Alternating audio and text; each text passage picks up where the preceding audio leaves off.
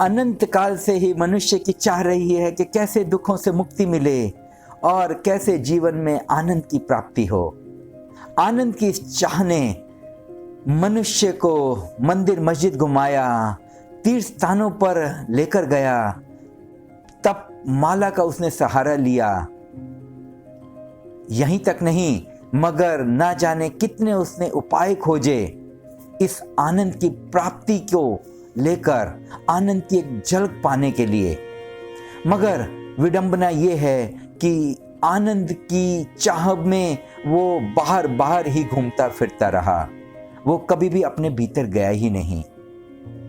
आनंद भीतर है, आनंद का स्रोत भी भीतर है, मगर मनुष्य इतना नासमझ है कि वो भीतर के अलावा बाकी चहुं दिशाओं में जाता है और इसके कारण ही आनंद उसे मिलता नहीं। क्षणिक आनंद की तलाश में वो धन पद प्रतिष्ठा की चाह के अंदर अपने आप के मन को बहला देता है, मगर भीतर नहीं जाता। भारत के ऋषियों ने आनंद प्राप्ति का एकमात्र मार्ग बताया है और वह है ध्यान, जिसके कारण भारत पूरे विश्व में विश्व गुरु कहलाया।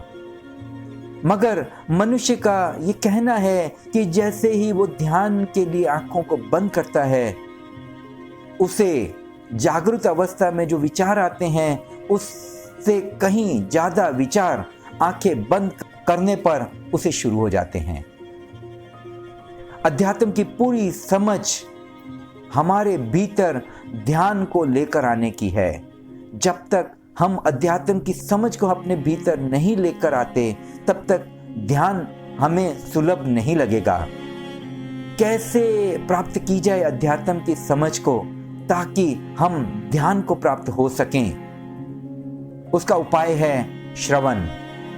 हमारे वेद, पुराण, उपनिषद और महापुरुषों के वाक्यों से जो उन्होंने जीवन रूपांतरण के महामूल्य सूत्र हमें दिए हैं, चाहे वो बुद्ध हो, महावीर हो, नानक हो, कबीर हो, मोहम्मद हो, जीसस हो, कृष्ण हो, या आधुनिक युग के महापुरुष जैसे कि महर्षि रमन, ओशो या जादू कृष्णमूर्ति हो, हमें जीवन की राह को समझने में सहायक हैं।